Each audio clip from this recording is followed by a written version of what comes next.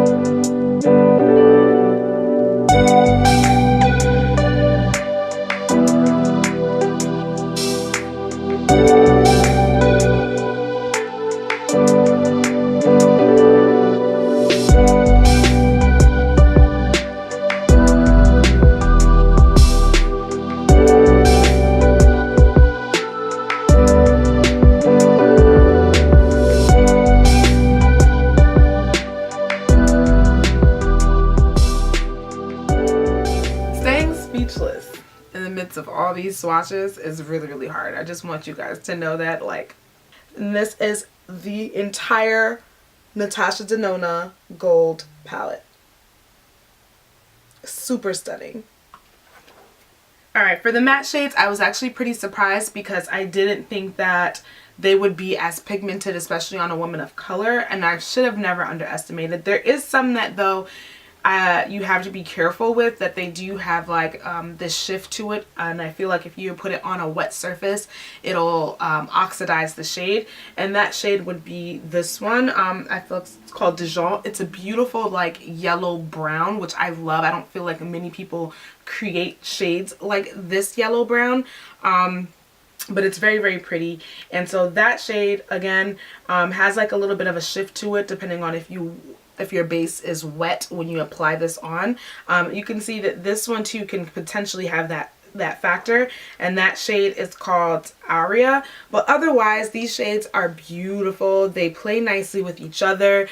They play nicely with other palettes, and I really enjoyed playing with them today, and you'll see them in the works. I feel like I ended up using maybe about 3 to 4 shades in creating this look today. Hold on, let's back you guys up. You know, I mean, I was close and everything, but no, I do feel like in this palette you get a mixture of so many different finishes, but these are they're so smooth. Like, they're smooth and so pigmented to the touch. You will get a little bit of fallout. I did find that, especially with this shade right here, which I believe is called Oro. So if you're planning to play with this before foundation, I would suggest that. But if you're a person that does your foundation first, I'm a person that does foundation first and then I do my eye makeup. But if I'm working with this shade, I feel like I should probably do my eyes first and then do the makeup and foundation after the fact, so that just make sure you can clean your skin. This is more of like a sparkly shade, as well as I feel like this one too.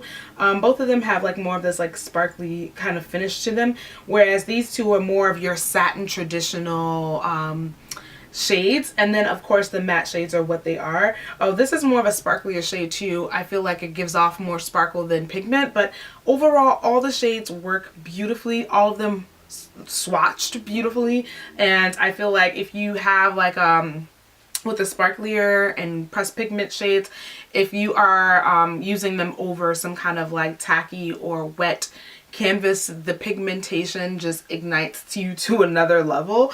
And so with the matte shades, I would just suggest using them more on a dry surface. And so I really thought this was a beautiful palette to work with. Again, like I mentioned earlier on in this video, this palette is not cheap. It definitely costs a pretty penny, but I don't expect less from Natasha Denona. I do wish that her shadows may be a little bit cheaper than what they are, because maybe I would have more of them. However, I purchased before in the past, it's the palette with 5 eyeshadows basically, and those run about $48 or $49. I believe it's like less than $50, and those are always beautiful and so compact and really nice to work with. The only thing is you have to really be careful because they break. If these fall, they break easily, because of the, I guess, the finely milled texture of the products.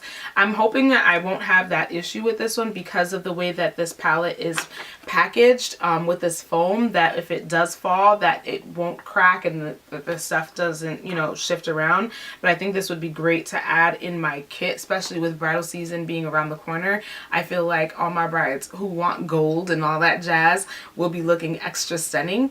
As far as the palette that I ended up using in